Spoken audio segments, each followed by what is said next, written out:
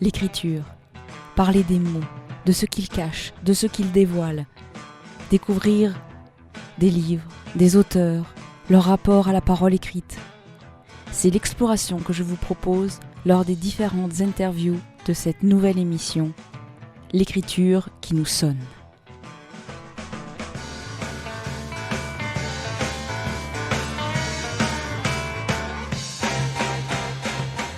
Bonjour, bienvenue à chacune et chacun sur RDIWA 107.5 FM. Vous pouvez donc retrouver toutes les émissions en podcast quand vous le désirez sur rdiwa.fr. Eh bien, ma première invitée se nomme Sylvie Renaud. Elle est diwoise et écrivaine. Bonjour, bienvenue Sylvie. Bonjour Ghislaine, merci pour ton invitation. Avec plaisir. Alors nous allons parler de ton dernier livre qui se nomme Abus. Et j'aimerais ne pas te poser directement la question de quoi parle ton livre, mais plutôt que ça se profile au travers des questions et des échanges qu'on va avoir tout au fil de l'interview. Et tu m'avais parlé que ce livre, Abus, est en fait comme une reprise d'un livre que tu avais écrit il y a une dizaine d'années de ça. Je voulais savoir qu'est-ce qui t'a amené à reprendre ce premier livre. Quelle est l'envie ou le besoin qui t'a amené à ça ? Eh bien, c'est surtout des événements qui m'ont poussé, c'est la situation qui m'ont poussé. Alors, je ne sais pas si on se tutoie ou si on se vouvoie. On peut se tutoyer. On se tutoie. C'est des événements, c'est-à-dire que ce sont les retours des lecteurs et puis aussi le comportement des médias et des journalistes vis-à-vis de ce livre qui m'ont poussé à le réécrire parce qu'il n'a pas eu de succès. Enfin, il n'a pas été soutenu par les journalistes.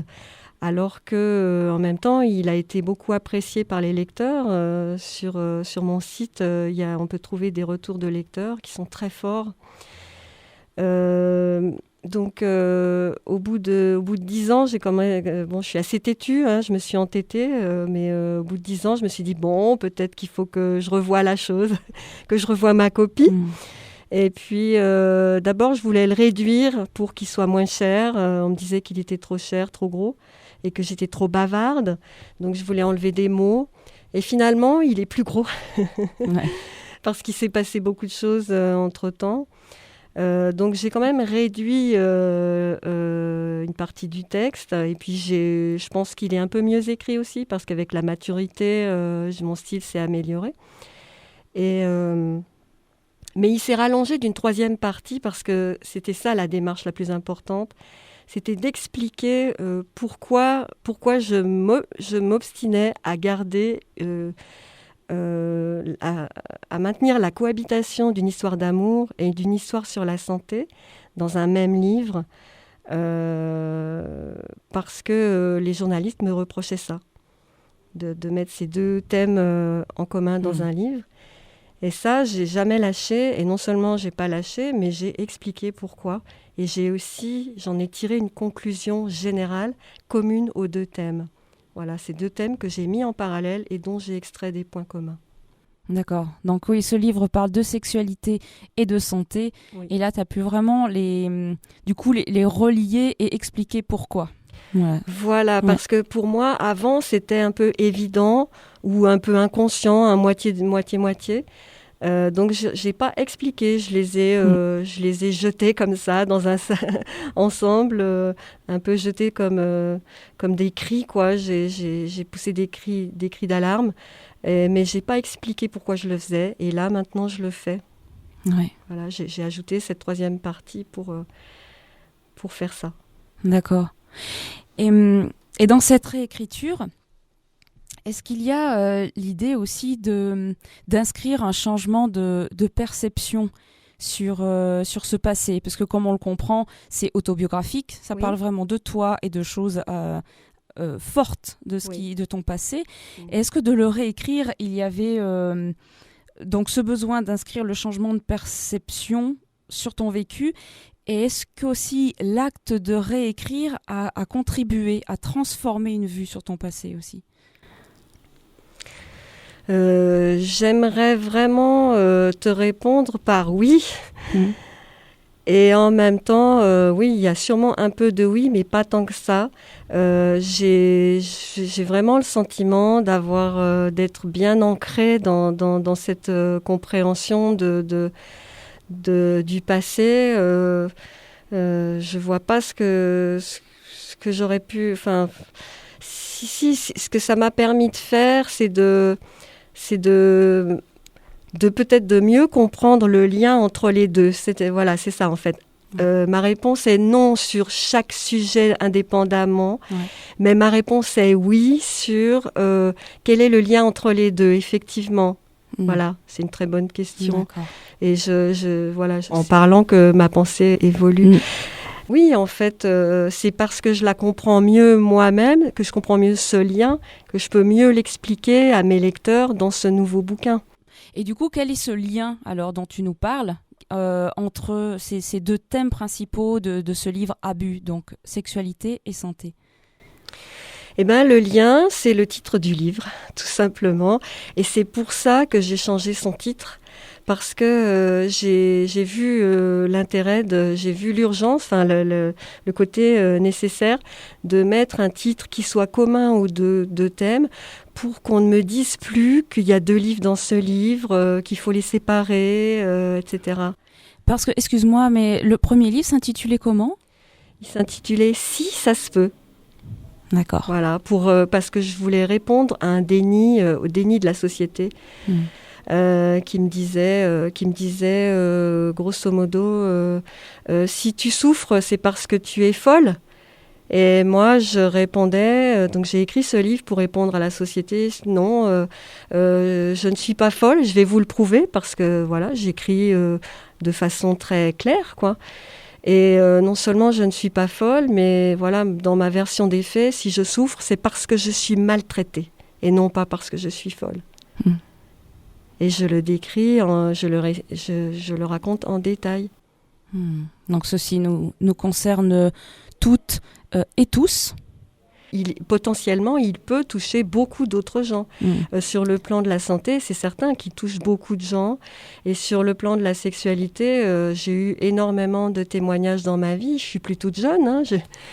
J'ai une bonne cinquantaine bien tassée.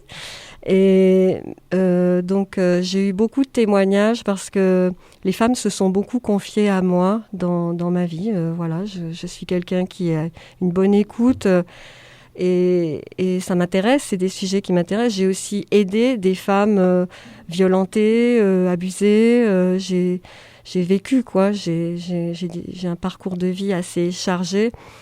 Et donc, j'ai bien vu que il y avait comme un problème sociétal, quoi, que mon problème personnel n'était pas ma petite problématique à moi. Voilà. Alors que les hommes, quand ils me maltraitaient, essayaient de me faire croire que c'était moi qui était compliquée. Voilà. Et moi, je réponds, ça commence à bien faire de me dire ça. Non, je suis pas compliquée, c'est juste que j'aime pas la souffrance, quoi. Et je suis une personne, je suis un être humain. Ce livre dit « Je suis un être humain » et en tant qu'être humain, j'ai droit au respect de ma dignité. Et les hommes ont eu tendance à me laisser entendre qu'en tant que femme, j'avais pas à revendiquer ça. Jamais avec des mots, mais dans les comportements. Et j'en ai croisé des femmes qui vivaient la même chose que moi. Voilà, donc je dénonce et je dis « ça suffit ». Et du coup, ça peut vraiment être aussi très touchant. Ma question sur toutes et tous, c'était aussi pour, les hommes, pour être du coup très intéressés pour lire aussi ce livre et s'ouvrir aussi à une perception de femme sur des sujets de société qui nous concernent tous et revoir aussi son positionnement.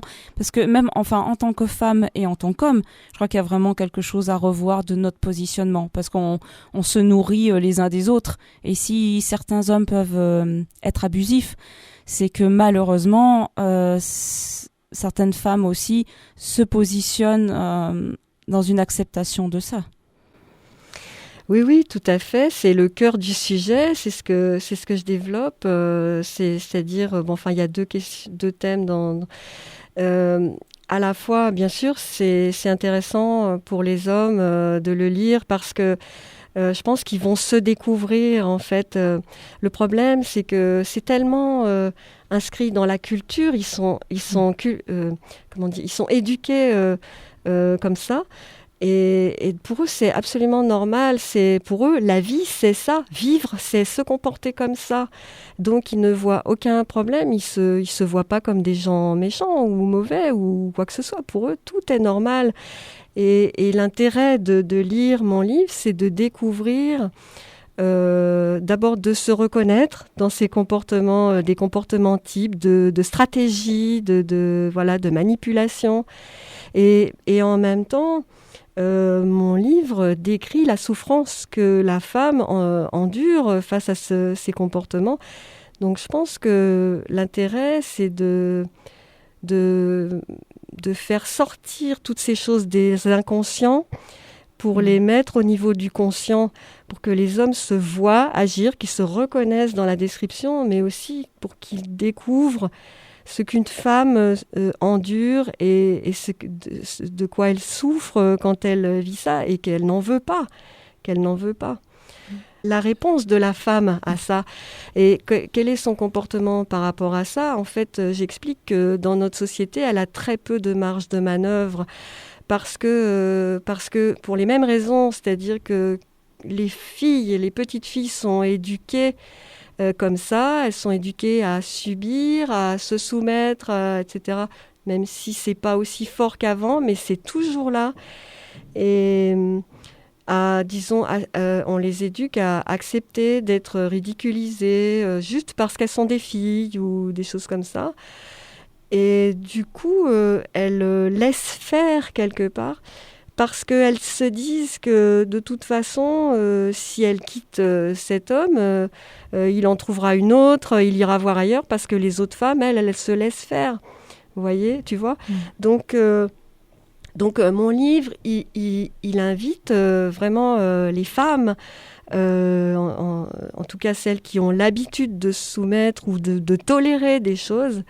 Vraiment, il leur dit qu'elles ont le droit de le refuser. C'est très important. Elle leur dit, vous avez le droit de le refuser, vous n'êtes pas obligés. Elle leur dit, vous avez une dignité à égalité avec celle de l'homme, parce qu'elle n'y croit pas elle-même. Et comme elle n'y croit pas, elles ne se positionnent pas, elles ne prennent pas leur place. Et ce que je dénonce aussi, c'est que dans le féminisme, on a réclamé juste l'égalité. Et on le fait encore, on réclame toujours l'égalité, mais ça, c'est des mots. Je ne sais pas si tu as remarqué, mais c'est très facile de faire dire à un homme que les hommes et les femmes sont égaux. Jamais il va te dire le contraire. Avec un grand sourire, il va dire, mais bien sûr, les hommes et les femmes sont égaux. Je suis tout à fait d'accord avec ça. Sauf que dès 5 minutes après, dans son comportement, il va y avoir une différence ils ne seront pas égaux. Par exemple, pour nettoyer les toilettes. C'est très rare les hommes qui font les toilettes. C'est toujours les femmes qui les font. Et ça, c'est basique. Et c'est là où on voit vraiment comment l'homme voit les choses. Pour moi, ça, en fait, ça n'a pas eu vraiment d'effet, le fait d'écrire dans la Constitution ou dans des textes que l'homme et les hommes et les femmes sont égaux. Ça n'a rien changé en profondeur dans notre société, dans nos actes, etc. C'est simplement, pour moi, la vraie question, c'est quelle est la place de la femme dans la société ? C'est ça que je soulève. Je dis, quelle est ma place ? Parce qu'on me dit, tu es égal à moi, mais on ne me fait pas de place. On ne me fait pas de place dans la maison, on ne me fait pas de place dans la cité, dans la politique, dans les prises de décision. Et ce que j'essaye de démontrer, alors ça c'est dans ma démonstration, c'est que tout ça, c'est la conséquence, c'est le reflet du comportement sexuel. C'est-à-dire que dans la sexualité, l'homme ne fait pas de place à la femme. C'est-à-dire, il se prend pour le patron, c'est lui qui organise tout ça. Il n'y a qu'un objectif, c'est son plaisir à lui, c'est tout ce qu'il veut, tout ce qu'il choisit, tout ce qu'il préfère, etc. Et la femme est à son service. Et puis, très souvent, elle est traitée en dessous de la dignité humaine. Et en plus, l'homme fait avaler la pilule à la femme en lui disant c'est qu'un jeu, c'est juste un jeu pour m'exciter. Mais il faut bien se dire que moi j'ai compris ça, c'est que c'est pas un jeu du tout. Ça c'est une escroquerie, une pure escroquerie. Ce n'est pas un jeu du tout. Les hommes s'y croient vraiment. Et donc il y a un petit passage dans mon livre qui dit quand une femme se laisse faire des jeux comme ça, des jeux où elle est soumise, où elle est dominée, où elle est maltraitée, elle est traitée comme de la viande, eh bien, il ne faut pas qu'elle s'étonne au lendemain matin de croiser, je le dis comme ça, de croiser un prétentieux dans son salon. Voilà, parce que l'homme ne fait pas de différence entre la sexualité et puis la suite et le reste de la journée. Donc, la femme, elle y croit, mais elle est dupée. Voilà. Ouais. Mais c'est vrai que, comme tu le dis, c'est pas des constitutions et des mots qui vont changer les choses. Non. Mais je pense que c'est surtout à chacun, hommes et femmes, une observation de ses propres comportements et vraiment de vraiment prendre acte de quand ça nous échappe l'un et l'autre, de se laisser dominer ou de dominer. Parce qu'après, ça dépend aussi sur quoi. Je pense qu'on peut être aussi dominatrice à certains niveaux. Enfin, ça dépend de quoi on parle. On peut vraiment, dans certains domaines, il y a vraiment des inversions de rôle. Et que ça soit homme, femme ou dans n'importe quel domaine, c'est juste rester lucide et moins être pris dans ces systématismes, ces croyances et vivre comme des robots. Et c'est ça qui peut faire vraiment un changement profond dans les sociétés. C'est vraiment à nous tous de mettre un peu d'air frais dans nos idées et de se questionner sans cesse sur tiens, mais là ça nous paraît évident à toi comme à moi de faire comme ça, mais si on s'arrêtait 2 minutes et qu'on ressente vraiment au plus profond ce que ça nous fait, peut-être que effectivement une femme elle peut avoir mal par rapport à quelque chose, mais c'est même pas vu, ça glisse parce que c'est habituel. Un homme il peut faire ça et sentir que ça va pas, mais voilà, il va peut-être pas remettre ça en question, mais c'est pas par méchanceté ou quoi, c'est que juste c'est normal en fait. Et toutes ces petites normalités, voilà, ça serait vraiment à ça de les sortir un petit peu de leur grand sac, de leur grand coffre-fort depuis toutes ces générations et de les regarder vraiment et d'observer vraiment nos comportements. Oui, je suis tout à fait d'accord avec ça. J'ai pratiquement rien à ajouter. C'est ce que dit mon livre. Il invite la population, hommes et femmes, à faire une analyse, une analyse en profondeur de leur comportement et à s'engager à avoir une espèce de surveillance, soit individuelle, soit en couple. Par exemple, le soir, avant de se coucher, passer un quart d'heure ou une demi-heure à faire un petit bilan, à dire qu'est-ce qui s'est passé aujourd'hui ? Est-ce qu'on a vraiment été respectueux l'un pour l'autre ? Est-ce qu'on s'est donné de la place ? Est-ce qu'on s'est donné de la place aussi dans l'écoute, dans tout, dans nos besoins, dans toute l'organisation du couple ou pas ? Et qui a fait quoi, mais sans s'accuser, sans se juger, sans se faire des reproches, sans crier, mais en étant sincèrement les deux prêts à observer et puis se dire humblement, se dire tiens, oui, je suis vrai, pourquoi j'ai fait ça, ça n'a pas de sens, c'est pas juste pour toi, allez, demain je vais essayer de faire un effort, mais de faire ça presque comme un jeu, ça peut être très amusant même, très amusant. Moi, j'ai pas envie de générer du conflit et de la bagarre, au contraire, ça devient fatigant, parce que justement, c'est ce qui se passe actuellement, c'est ce qui génère tous ces conflits, toutes ces scènes de ménage, toutes ces disputes, tous ces cris, parce que en fait, les femmes, quand elles sont maltraitées comme ça, déjà sexuellement, et puis qu'elles ont peu de place dans la vie de l'homme, ça les énerve, ça les blesse, ça les énerve parce que ça leur fait ressentir de l'impuissance. Et puis, elles réagissent par des cris, par des colères. Et après, alors, hop, l'homme récupère ça pour dire « Ah, mais tu vois, t'es folle, t'es hystérique. » Et hop, c'est encore elle qui se prend, qui porte le fardeau. Et c'est jamais lui. Donc voilà, moi j'invite tout le monde à être déjà, pour moi, la base d'une vie de couple, c'est l'honnêteté intellectuelle. Et il y a beaucoup de stratégies dans les couples, beaucoup de stratégies. Et les stratégies, c'est la malhonnêteté, quoi. C'est voilà, l'abus est une stratégie. Ouais. L'abus de confiance. Et par rapport, du coup, à cet abus de confiance en ce qui concerne les hommes et les femmes, après, comment tu as lié ça avec le côté de la santé ? Comment est-ce que c'est lié dans ton histoire et du coup dans le livre ? D'abord, c'est lié parce que je les vivais ensemble.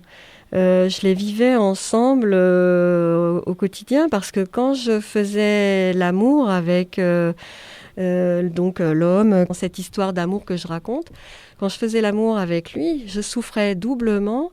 Je souffrais dans mon corps physique parce que j'étais empoisonnée au mercure et le mercure acidifiait mon organisme et provoquait des douleurs dans mon vagin.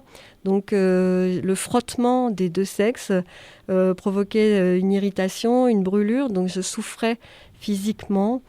Donc j'avais un problème de santé. Et en même temps, cet homme que j'aimais passionnément, et je pense qu'il m'aimait aussi passionnément, avait par moments besoin de se jouer des petits jeux de domination, et ça me blessait. Et je sentais que ma dignité disparaissait complètement. Je n'étais plus que de la matière, je n'étais pas une personne. Et il jouissait de cette domination, de cette... Et donc, tu vois, je vivais les deux et je le raconte. Voilà pourquoi je raconte les deux. Je raconte comment je vivais les deux en même temps.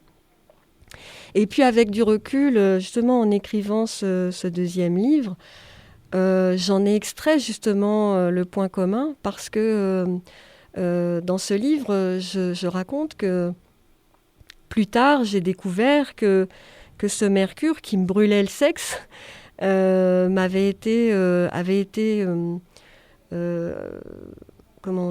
introduit dans mon corps par la médecine de deux façons, à la fois par les plombages dentaires et par les vaccins. Donc les vaccins, il n'y a pas que du mercure, il y a aussi de l'aluminium. Et donc, c'est là où il y a un point commun, c'est qu'il y a l'abus sexuel et il y a l'abus médical. Parce que le médecin me dit « je te mets du mercure dans le corps pour te faire du bien », alors qu'en fait, ça me fait du mal. Et l'homme me dit « je te maltraite sexuellement parce que, parce que je t'aime », parce que voilà, ces hommes accompagnent de mots qui disent « je t'aime ». C'est ça qui est fou. Et en même temps, donc on se laisse faire parce qu'on croit qu'il nous aime. Donc pour nous, aimer, c'est faire plaisir à l'autre. Donc on s'offre. Oui. On s'offre à lui, on donne tout ce qu'on est. Et en remerciement, on est poignardé, quoi. Poignardé dans sa dignité. Donc voilà où est le point commun entre les deux sujets. Abus de confiance. L'enfant de 6 ans à qui on met un BCG, maintenant ce n'est plus obligatoire, mais à mon époque ça l'était. On lui raconte qu'il doit donner son bras parce que le médecin est un grand monsieur, tout puissant, tout savant, et qu'il faut lui faire tout confiance. Et l'enfant s'offre totalement, et il est détruit, vraiment détruit. Moi j'ai été détruite par mon BCG. Et c'est la même histoire avec l'homme. Et je fais encore plus, un rapprochement encore plus poussé en disant que la médecine est une affaire masculine. Si on regarde l'historique, j'ai refait ma conclusion sur la vaccination en partant de l'historique de la vaccination, alors qu'avant, je n'avais pas fait cet historique dans mon précédent livre. Et dans l'historique, en fait, je montre que la médecine, les vaccins et la médecine se sont installés à une époque où les médecins étaient majoritairement masculins, hein, et la science médicale, disons, a été inventée par des gens, des docteurs masculins. Et sous une politique, dans un contexte politique du pays, exclusivement peuplé d'hommes. Donc ce sont des hommes qui ont mis le vaccin sous obligation légale, et ce sont des hommes qui ont créé le vaccin. Et je vais encore plus loin quand je compare l'acte sexuel avec l'acte vaccinal. Oui. C'est extrêmement poussé. C'est-à-dire qu'une seringue qui pénètre un corps et qui déverse un venin, hein, je vais très loin, je dis que le vaccin est un venin, c'est vraiment, mais vraiment comparable au viol, quoi. C'est un viol pour moi. Voilà, c'est un viol de l'enfant. La vaccination est un viol de l'enfant, comme un viol peut l'être pour une femme, un viol sexuel peut l'être vis-à-vis d'une femme, parce que c'est un sexe qui pénètre son corps avec brutalité. Et du coup, ça me fait vraiment penser à une interview aussi que j'avais faite de Rina Nissim, qui parle aussi justement de tout l'historique sur la santé et sur les femmes qu'on a brûlées en tant que sorcières, parce que justement elles détenaient aussi ce pouvoir et elles étaient reliées quoi, à vraiment un savoir plus vaste et vraiment une intuition, enfin tout ce qui est autour aussi de cette féminité-là et qui a été du coup complètement détruit, parce qu'après il y a eu l'arrivée des hommes de ce pouvoir-là, de la pharmacopée, et c'est vraiment très fort dans l'histoire aussi de la prise de pouvoir des hommes et du manque d'autonomie qu'on peut encore sentir encore aujourd'hui, où vraiment on écoute le médecin, quoi, et le médecin a tout pouvoir, et que sans lui, comment on peut faire, et puis est-ce que c'est vraiment le médecin qui l'a dit ou c'est juste toi qui sens ça? Voilà, des fois j'entends encore des questions comme ça, comme si mes propres ressentis avaient moins de légitimité que ce qu'aurait dit le médecin. Donc voilà, c'est toutes des choses aussi à observer, ça, dans nos propres fonctionnements. Mais ce que je dénonce aussi, c'est, pour reprendre encore le thème de la masculinité dans la médecine, c'est que le comportement médical est un comportement de prise de pouvoir. Et l'objectif de la médecine, c'est quoi? C'est de prendre le pouvoir sur le corps physique. Et quand je parle d'abus, je parle aussi de l'abus du psychisme sur le corps physique.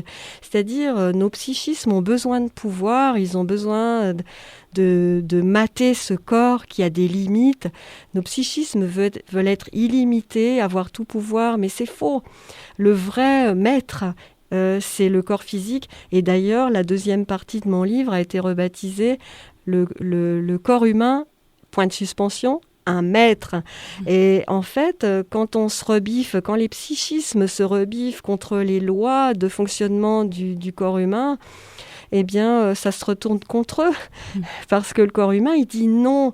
Le corps humain, il dit non, ça ne marche pas comme ça. Si tu mets du venin dans mon corps, je vais dysfonctionner. Que tu le veuilles ou non, que ça te plaise ou non. Ça va être comme ça. Mais le médicament, lui, c'est quoi son objectif? C'est de contrarier les symptômes qui sont les symptômes d'une maladie. C'est quoi? C'est juste un corps qui dit stop, qui dit non, je suis trop maltraité, donc j'entre en ma seule façon de te le dire, c'est de dysfonctionner pour que tu arrêtes de me maltraiter.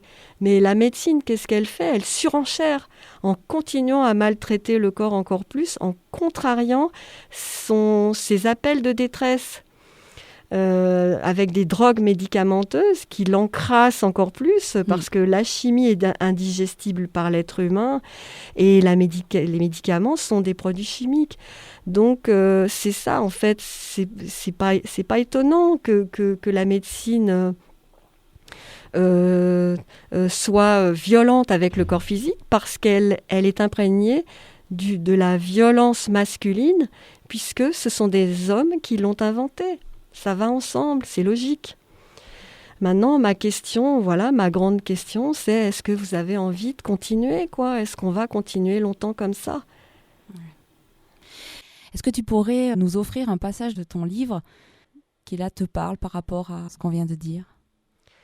C'est sous le titre 2 prédations en une. Au bout de cette comparaison entre 2 prédations, il y avait donc la révélation de leur filiation dans le règne d'une seule, la prédation masculine. Car leur similitude est trop forte pour être le fruit du hasard. Et si l'une a enfanté l'autre, ce ne peut être que la prédation masculine. Mes recherches sur l'historique de la médecine me l'ont confirmé. En effet, nul n'ignore qu'elle a été inventée par des hommes, puis installée au pouvoir par des ministres masculins.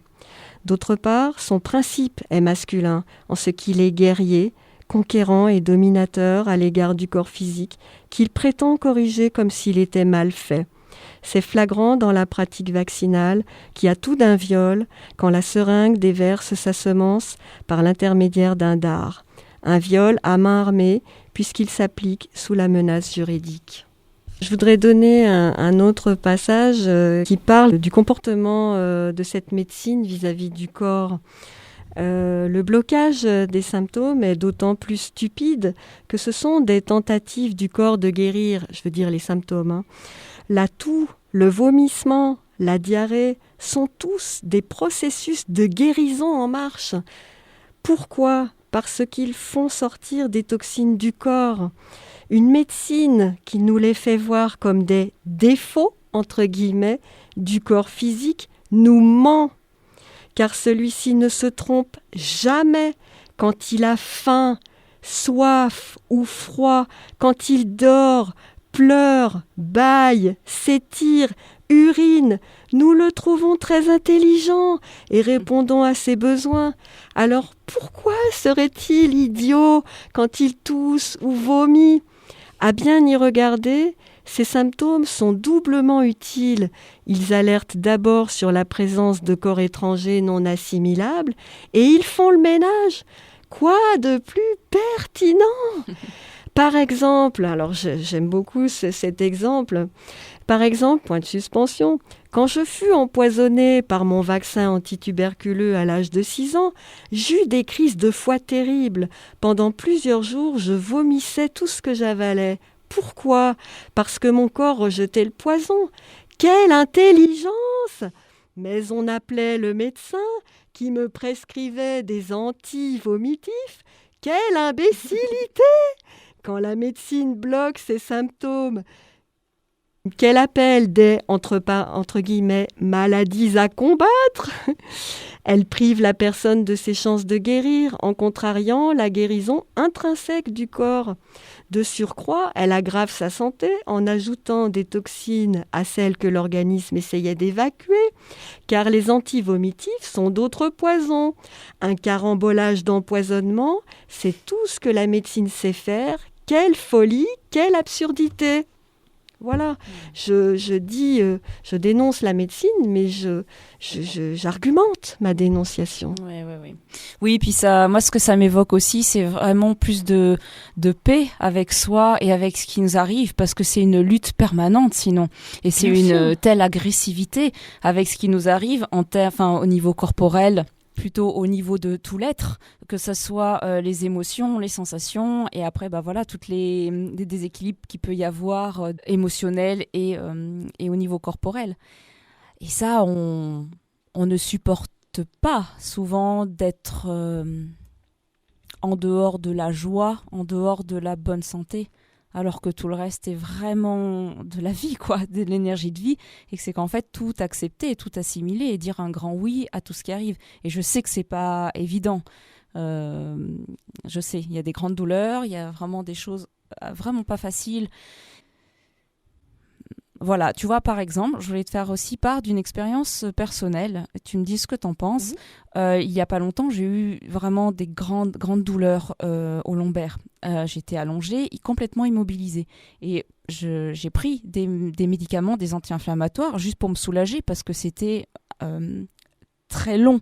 Et je sais pas combien de temps, de jours, puis ça fait peur. On se dit, mais jamais ça va s'arrêter. Donc après, à ce niveau-là, c'est vrai que dans les grandes douleurs, moi, je serais plus pour à ce moment-là, à l'instant T, prendre quelque chose qui va nous soulager, et même si je sais que c'est vraiment pas bon, c'est caché là, mais pour pouvoir juste continuer à respirer tranquillement, puisque même les sursauts de pleurs me faisaient mal. Donc voilà, et après, voir en profondeur ce qui se passe, accepter d'aller plus lentement, accepter de changer de posture du corps et du coup de posture de l'être.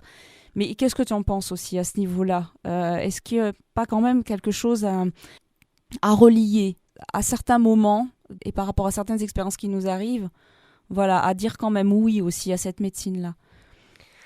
Alors là, je suis absolument intraitable sur la question. Pour moi, la réponse est non, parce que de toute façon, la médecine ne va qu'aggraver les choses. À long terme, la médecine nous fait dégénérer parce qu'elle perturbe beaucoup trop nos systèmes. Et donc, quand on prend un médicament, il faut qu'on sache que ça nous prépare à d'autres maux, d'autres douleurs, d'autres souffrances. Et que c'est comme une drogue, ça fonctionne, c'est une drogue. Et donc, il faudra surenchérir, il faudra prendre des médicaments de plus en plus forts et de plus en plus souvent, etc. Et le bout de la chaîne, c'est le cancer. Donc, il faut vraiment arrêter ça. Mais en même temps, mon discours n'est pas désespéré parce que il y a vraiment autre chose à proposer. J'ai envie de te demander, à ton avis, comment je fais moi, en sachant que je suis chimico-sensible, donc je ne peux absolument pas supporter les produits chimiques, encore moins que la moyenne des gens. Moi, quand je prends un médicament, enfin, je devrais pas dire quand, je devrais dire si je prenais, parce que je n'en prends plus jamais depuis 30 ans.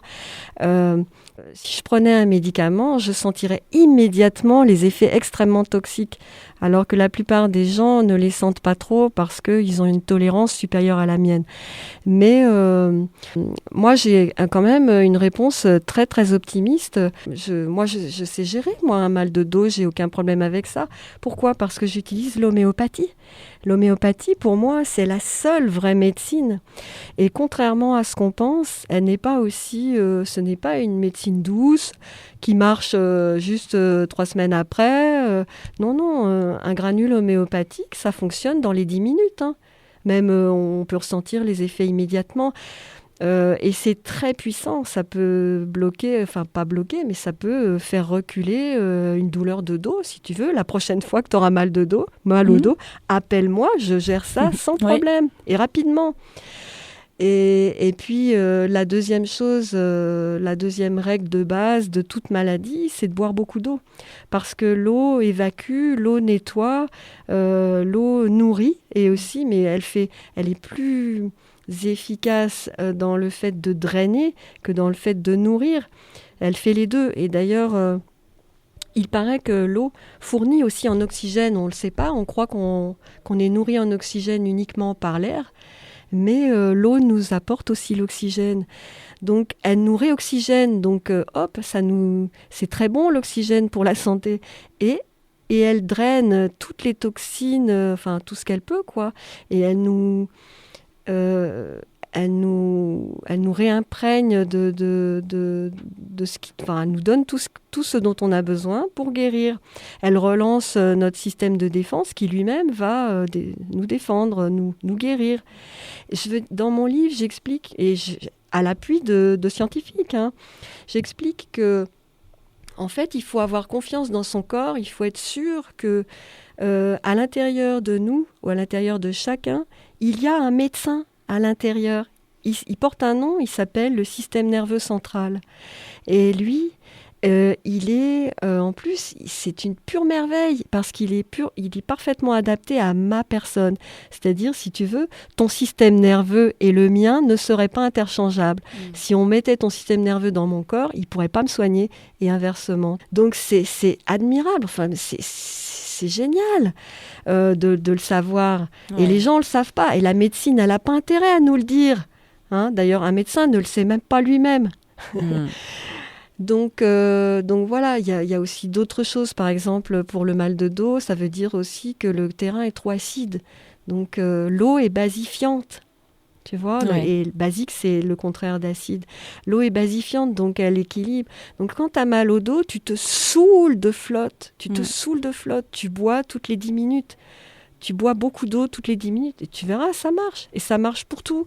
Ça marche pour les maux de tête, ça marche pour tout ce qui est douleur. Parce qu'une douleur, c'est la réponse d'un corps physique à un déséquilibre homéostasique, je crois. Et voilà, c'est des déséquilibres d'acidité, parce qu'on a une chimie à l'intérieur de nous. Oui. Une Et chimie puis tout plein de paramètres aussi. Plein de paramètres qui doivent être en équilibre. Et pour ça, il faut qu'on soit bien nourri, bien hydraté. Et quand je dis nourri, ça veut parler aussi d'amour. Oui, bien sûr. Pas seulement de nourriture dans l'assiette. Oui, bien sûr. C'est pour ça que je disais aussi plein d'autres paramètres, parce que ce qui nous fait, c'est vraiment aussi tout l'environnement, tout ce qu'on vit, tout ce qu'on a vécu. Et ça, c'est aussi quelque chose, moi, qui me manque. J'ai du mal à trouver des thérapeutes ou médecins où vraiment je me sens accueillie dans ma globalité. Et il y a vraiment cette impression d'être morcelée, d'être une dent quand on va pas chez ma dentiste, mais en règle générale, on n'est qu'une dent, où on n'est qu'un pied, où on n'est qu'un bout. Et chaque, ou un esprit avec un mental. Et c'est... Alors qu'on est vraiment, mais tellement... toute une globalité mystérieuse, indéterminée, en mouvement, Bien que sûr. ça, c'est vraiment encore quelque chose qui manque vraiment. Donc, admettons qu'il y a la médecine, eh bien, alors là, ça manque vraiment à la médecine, quoi, ce côté-là. Et c'est vrai que c'est plutôt à nous aussi de se relier vraiment à nous et de reprendre notre autonomie en main. Et effectivement, comme tu dis, notre autonomie en tant qu'être humain, notre responsabilité de ce qu'on vit et notre autonomie en termes de santé. Ça, c'est vraiment... en fait, au fur et à mesure qu'on parle, ça me paraît mais évident de lier ces deux. Ou au tout début, quand on s'était rencontrés, c'était deux choses différentes qui t'appartenaient dans ton histoire. Mais en fait, au fur et à mesure où on en parle, je vois vraiment le tissage évident qu'il peut y avoir entre ces deux S. Mais oui, bien sûr, parce que le lien entre ces deux thèmes, c'est aussi que une femme qui est brutalisée quotidiennement dans le lit, dans la sexualité, dans son corps, elle ne peut que tomber malade. C'est obligatoire. Et après, elle va chez le médecin, elle prend des pilules, ou elle devient boulimique, ou elle mange des gâteaux. Enfin, elle compense d'une façon ou d'une autre et elle va aggraver encore son état de santé. Donc, bien sûr que les deux sont liés. Et j'interpelle la société pour dire il ne s'agit pas seulement d'aller voir la médecine, il s'agit de revoir nos comportements sociétaux jusque dans les comportements sexuels, quoi, pour qu'il y ait moins de malades dans la société. Moins de femmes malades en tout cas. Ouais. Et puis même les hommes, pour moi, c'est une maladie mentale d'avoir besoin de pouvoir... Il faut leur expliquer que la sexualité, c'est pas un champ de bataille, c'est pas un stade olympique, comme je dis, où on gagne des médailles, où on prouve qu'on est puissant. C'est pas du tout ça. La sexualité, c'est autre chose. Basiquement, donc je parle de la sexualité sacrée. C'est vraiment le rapprochement de deux personnes qui ont la même dignité et on est là pour s'aimer, pas pour se battre. Pour célébrer l'amour. Bien sûr, pour célébrer l'amour. Et je vois pas, j'ai jamais compris pourquoi il y avait de la domination dans un rapport sexuel. Ça n'a rien à faire là. Il y a un gros malentendu. Mais ça, c'est alimenté par j'aime tellement pas ça que je trouve plus le mot. La pornographie, c'est une catastrophe sociétale. Et c'est toléré, c'est accepté, c'est toléré. On trouve ça très facilement partout. Même moi, à mon époque, on voyait ça dans des cinémas. Il y avait des salles qui projetaient ça parce qu'il n'y avait pas Internet, il n'y avait pas les ordinateurs. Mais c'est absolument scandaleux. Mais moi, je lève le poing en l'air. Je suis prête à marcher dans la rue, à manifester contre la pornographie parce que c'est vraiment quelque chose qui présente la femme comme de la viande. Et Et faut savoir quand même que la plupart de nos adolescents découvrent la sexualité à travers ça. Et on leur explique pas que la femme qui joue ces rôles, c'est qu'une actrice et qu'elle fait ce qu'un metteur en scène masculin lui dit de faire. Mais c'est pas la femme. Elle n'est pas représentative de la femme, mais on ne l'explique pas aux adolescents qui, eux, font un raccourci très rapide entre ce qu'ils ont vu sur ce film et puis leur petite copine ou la voisine ou je ne sais pas qui. Et ça, c'est une catastrophe sociétale. C'est un drame sociétal, c'est une plaie. Et pour moi, c'est la plus grande cause de maladie. Et c'est pas la médecine qui va gérer, qui va soigner les gens malades de ça, quoi. Faut arrêter.